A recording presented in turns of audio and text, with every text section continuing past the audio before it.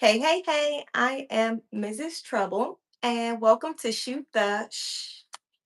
Today, we are going to talk about a topic that is something current that's going on right now in the DC area and hits pretty close to home for me. So, I first want to say thank you guys for joining and welcome to Shoot the Shish. If you've never been here before, please press that subscribe button and make sure you press the notification bell so you can be notified when we do go live and have great discussions. And also when I'm posting other content, such as our interviews with some of the most magnificent women in the DMV area that are helping others and showcase the things that they're doing to help others. And of course, shoot guns. Because why not? If you don't know already, I am Mrs. Trouble and I'm a firearm instructor for the DC, Maryland, Virginia area. And my goal here is to empower women. However, my conversations are very much for everyone. It definitely allows for open discussions on Friday evenings so that we as a community can come together and come up with some solutions to our problems. And one of the biggest things that's happening right now in our nation's capital, Washington, D.C., is the government takeover. And so, with that being said, it really has opened up my eyes to some exploration of my own feelings towards it, whether or not, you know, I feel like I agree with this decision or I disagree with this decision. I'm still somewhat up in the air, and maybe you guys can actually help me with that. I've been really pondering over this, and this is what's taken me so long to even have this conversation with anyone in the open about it because I like to do my research. And I understand that when things first start to happen, we don't really have all the facts. And we probably still don't have all the facts right now, but at least we've gotten some other intel about how people are actually experiencing things. There, the kids are back to school, people are going to and from work, and these things are happening right now. And so I've been kind of keeping a very close eye out on it so that I can give you guys as much feedback as possible. I like to be responsible with my channel and not spur any type of hate or divide. This channel is all about community and unity and coming together. So, with that being said, you guys please put in the chat box area to comment on different things and ask your questions and voice your opinions. But please know that this is a safe space. We may not all agree, and I don't want anybody being attacked or feel like that they are going to be attacked for your own opinion. As long as we're being respectful, it should be all right. It's an open discussion. So, when it comes to this whole conflict that's happening here in the DC area, it hits very close to home for me because I am a Washingtonian. If you didn't already know, born and raised. And I don't live there now. I will say I still live close enough, but it's one of those things where I feel connected to the situation because I could only reflect on how I felt growing up in the city, feeling, safe in my own very close community because of the, connections that I've made with the community, the people that I grew up around, and my parents knowing those people. I felt protected in my own direct community. But outside of that, I definitely felt unsafe in DC in general growing up. Safety was a big factor. And it's probably very much the same in very many urban communities, metropolitan communities, period, because of the hustle and bustle of people going and from. The crime rate is usually higher in city areas and so forth. So that is definitely something that I can relate to and understand why some people feel very unsafe in the city, and probably most people do, I would say. And then how some people feel strong enough about it that they feel like something should be done about it. And so then you have some others that feel very strongly on the other side that probably feel more like, is this a race situation? Because now DC is no longer Chocolate City. When I was growing up, it was Chocolate City. I rarely ever seen many other races. And now it's one of those things where your neighbor is whatever other race. So when it comes to that, things have changed a lot. And where some people are questioning if that is the reason why we're seeing this type of approach and whether or not it's more of a push to try to make it even less of Chocolate City. So these are some big concerns and some mindsets that we all go through. And it's one of those things where I just want us to really think deeply about this and consider, what do we really feel about this? Is this a good thing? Is this a bad thing? With this DC government takeover, and what would this look like if we broaden this to go to Chicago? So I hear to talk about that. So and maybe you guys can enlighten me on that and your opinions. So first, if you can tell me where you're jumping in from. Hey, hey, hey, Sophia, welcome, welcome. I'd just like to know, where is everybody coming in from? Tell me a city or a state or a country so I know who I'm speaking to. Because honestly, your opinion does matter and it's worth it for you to tell me so that we can have a better communication about some things that maybe you guys looking on the outside, looking from the outside, looking in, has a different perspective and it could be helpful.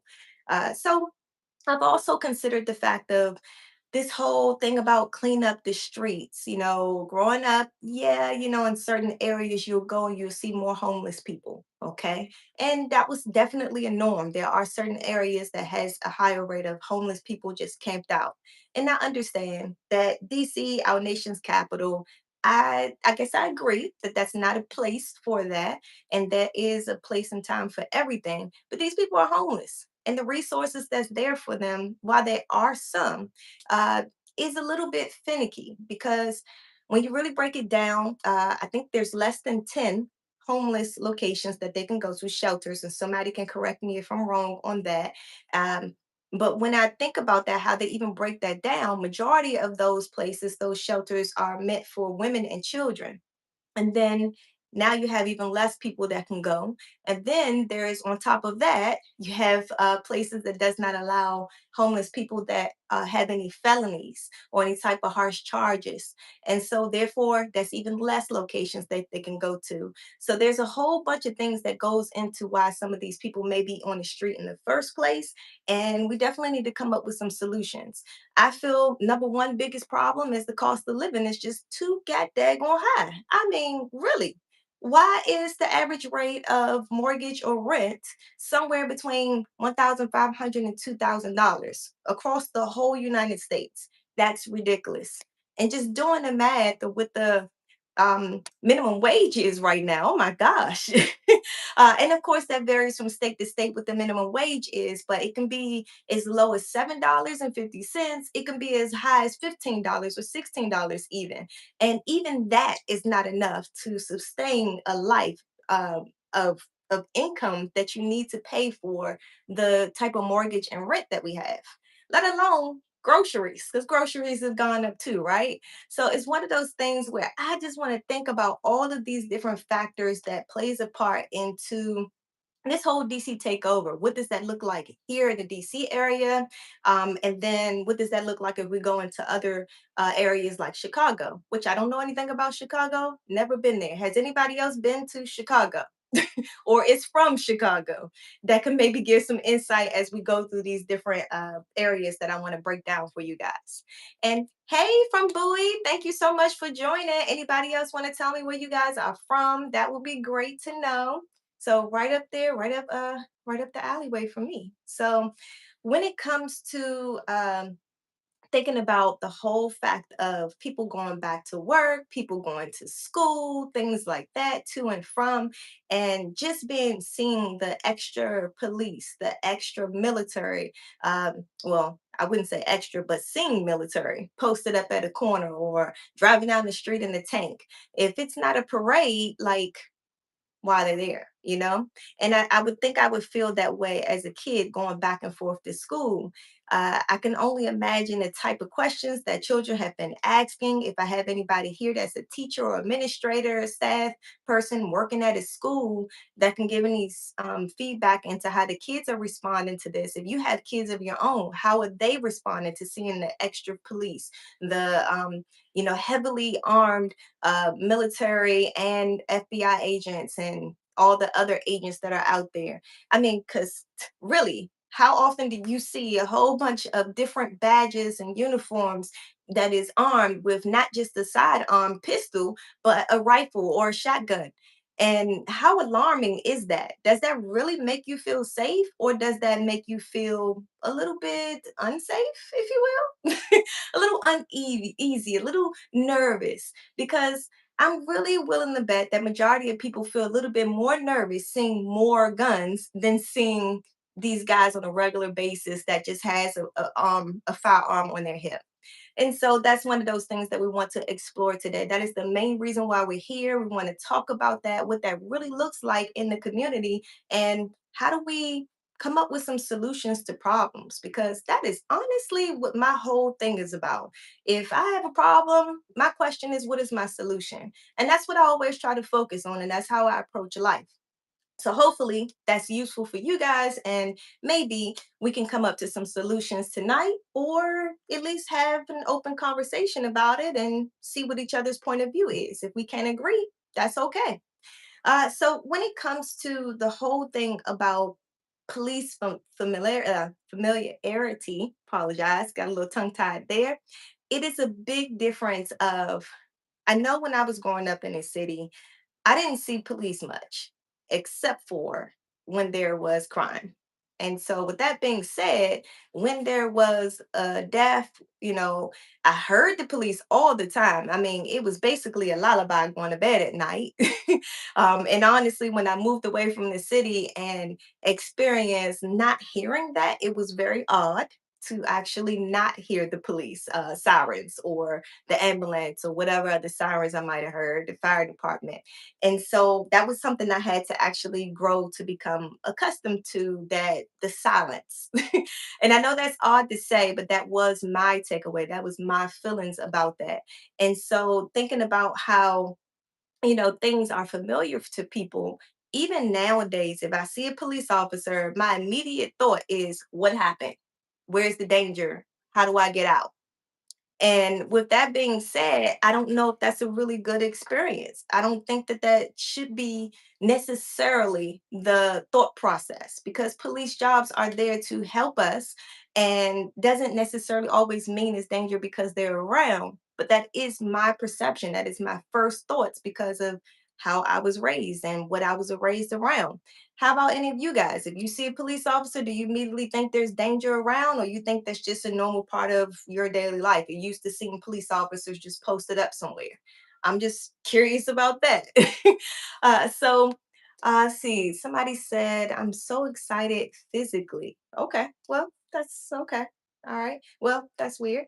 But when it comes to the whole thing about police officers being present, I just really think that some people see that as a norm, and it's comfortable setting for them. I think about how my kids go back and forth to school, and they do have police officers there as a part of their normal security on a day in day out situation. So for them, they may be growing up with a very healthy experience with seeing a police officer on a regular basis, and nothing be wrong. And that is definitely a different change from me, because I didn't go to school with that same thought process.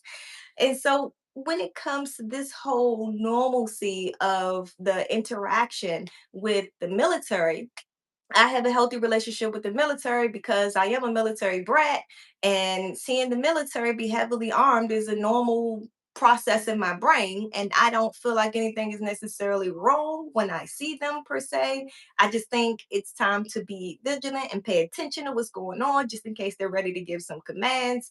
Um, but typically, you won't see military unless there is something seriously going on. And so, but that my norm with them, I'm a little bit less on edge, only because of being a military brat and being around, being on post a lot, things like that growing up.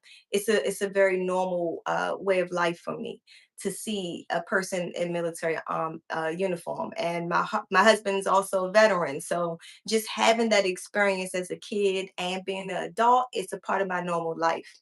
But when it comes to them being heavily armed and driving down DC streets in a tank, now that might put a little extra concern in my heart about what the heck is going on, right? Much more on high alert.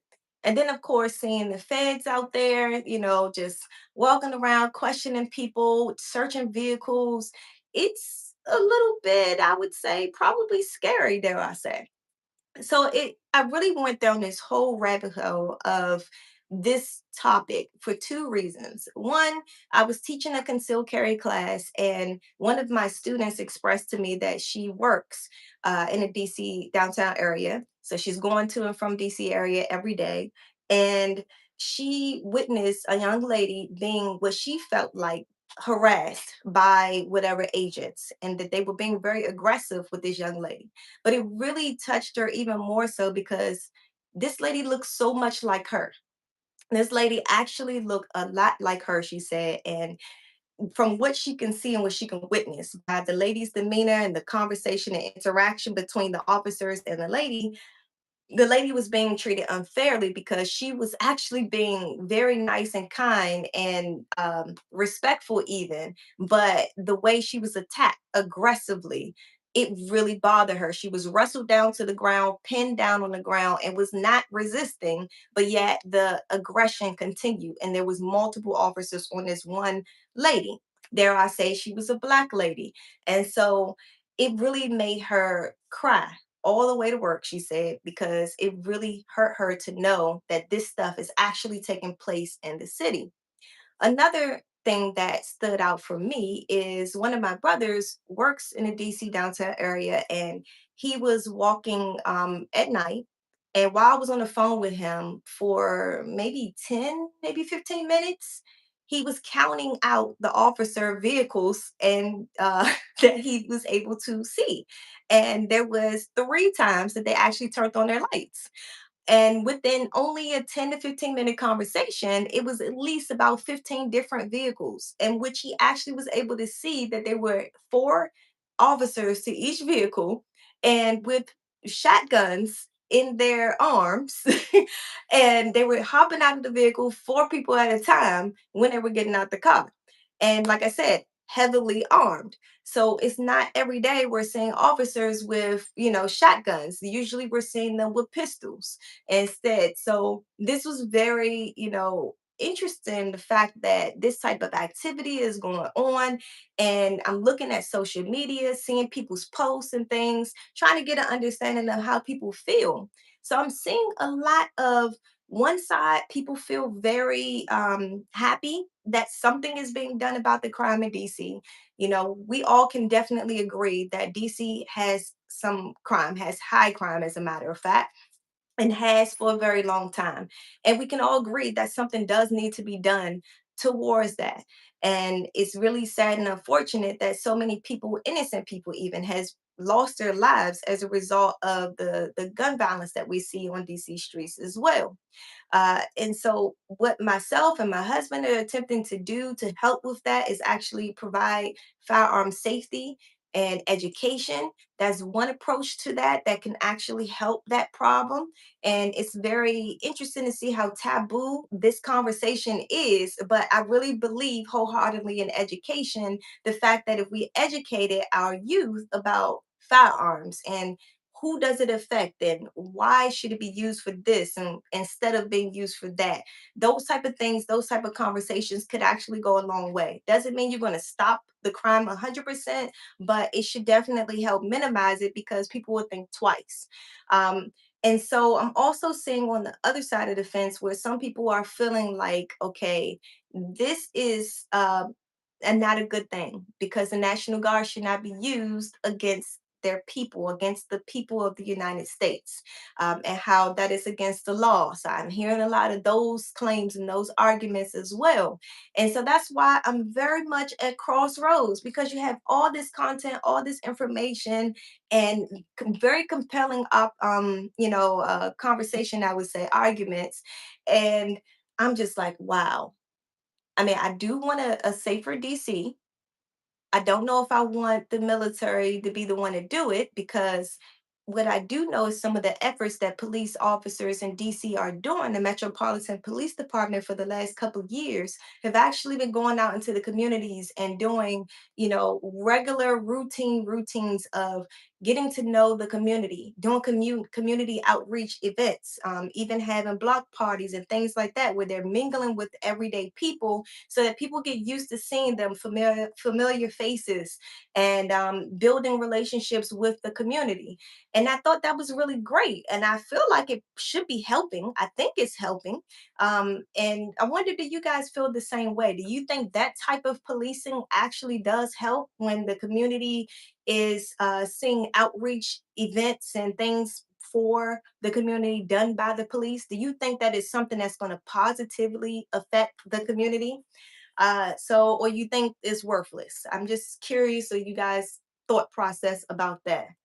Now, when it comes to the whole thing about seeing all these different agents, all these heavily armed officers, and things like that, it also offers the question to me on whether or not this is about control.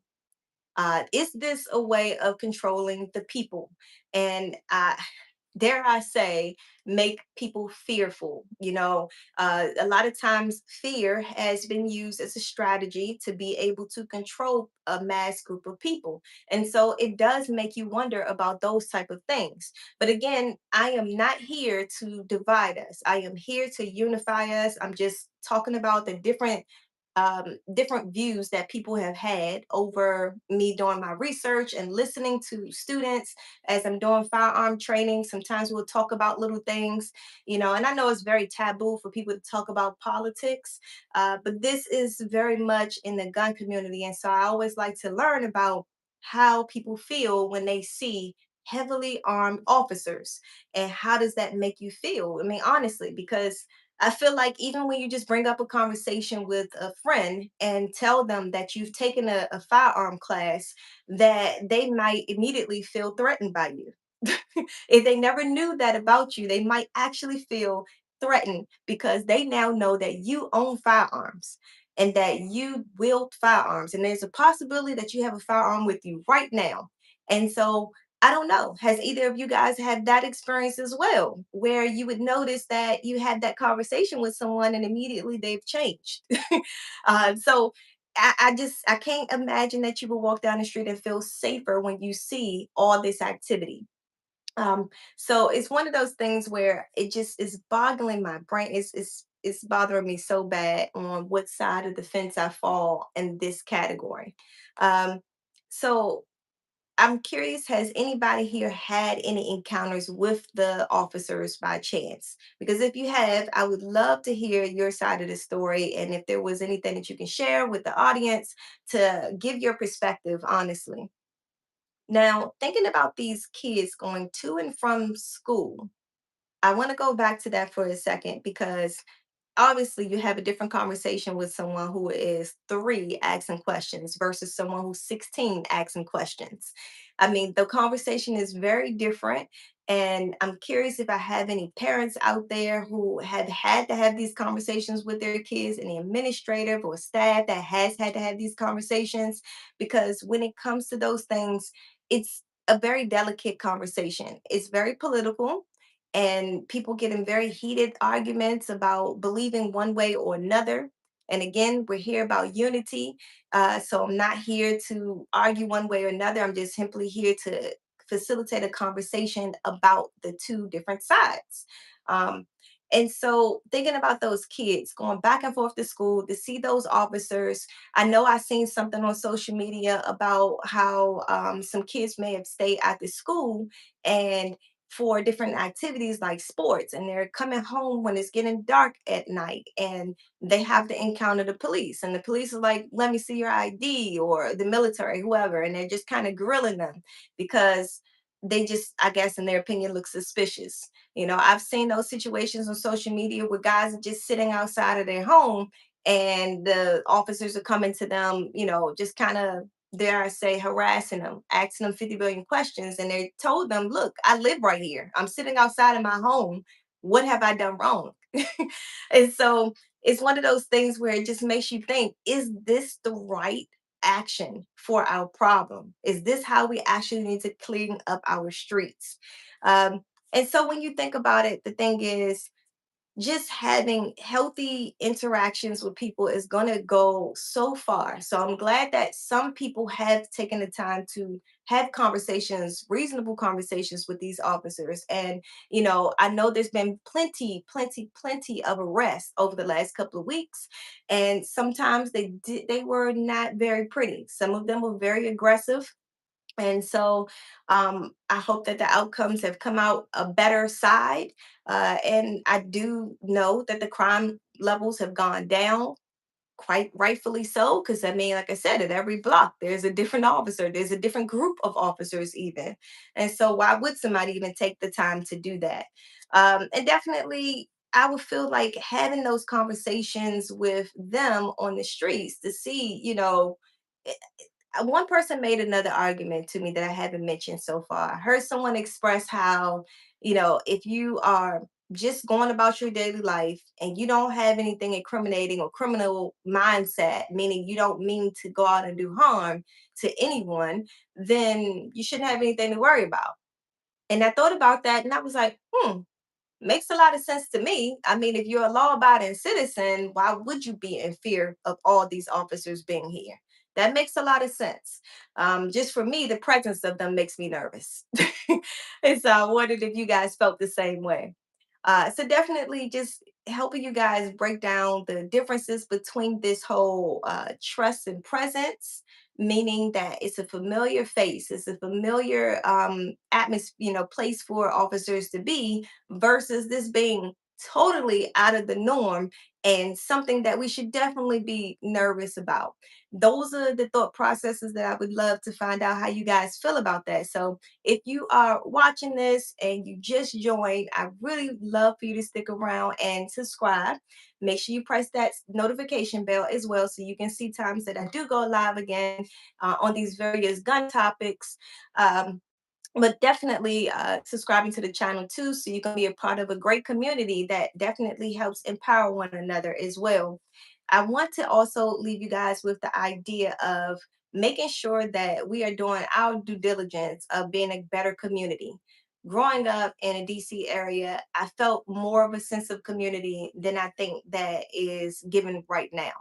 I mean, I know when I was younger, my neighborhood, I knew my neighbors' names, I knew their parents' names, I knew their grandparents' names, I knew where the candy lady lived at. It was all types of like community. And I felt like if something was going on dangerously, that people would actually tell my mom, tell my dad, like what's going on if they seen something, or they would say something to me to stop me if they thought I was doing something I shouldn't be doing. It's like, I wonder, do we still have that type of community? Because if we don't, then that might be a problem. We need better community to be able to help one another or do these type of things. I mean, and honestly, just thinking about from the beginning of what I said, we have a problem. Then how and what is our solution? Like, how do we get there? How do we fix our problems? Do we need the government to come in and clean up our problems? I mean, I know that I've actually volunteered to help feed the homeless many years ago in DC. And some of the things that I've actually experienced is that some of them do have mental health issues, where they may not be getting the best mental health care. And so they end up on the street. And then there's some that actually is there somewhat by choice. Just because they're homeless doesn't mean they don't work. Sometimes they just need, that freedom to go and be as they please. And so maybe DC streets is not the space for that. And that's the message that the president is trying to put out there. However, we do need to come up with some solutions. And I know it's a very broad question and a very broad answer, even because we have a couple of different things that, you know, contributes to our gun violence, or street violence, I should say, and our homelessness problem. And those are some areas that we definitely need to work on. So we have some entrepreneurs out here. Definitely go out there and help people. If you have some businesses that actually offer help towards the homeless, or offer help towards housing, offer help with stopping gun crime or street violence of any sort. So those are things that we definitely need. We need more people out there doing these type of things. And I can't stress enough how important it is for us to start right in our home. the conversations that we're having with our kids. What does those conversations look like? Are we educating them about what's going on? Are we talking to them about guns in general and how to keep them safe about guns? Not necessarily just keeping them away from guns, because that's not the answer. Kids are going to go through life and they're going to experience things, and guns have become a normal way of life for Americans in general because we see it on our TVs, on our phones all the time. We see people posting things about guns. We see movies and video games having guns. And so I don't think the answer is for us to try to keep guns away from our kids. I think the answer is more so about making sure that we educate them about firearms more so than anything. But I definitely thank you guys so much for joining today and having this, conversation about this because it's very much needed. And listening to my rant about my personal feelings and my personal connections, I really feel like this is something that's a really big deal that's happening right now.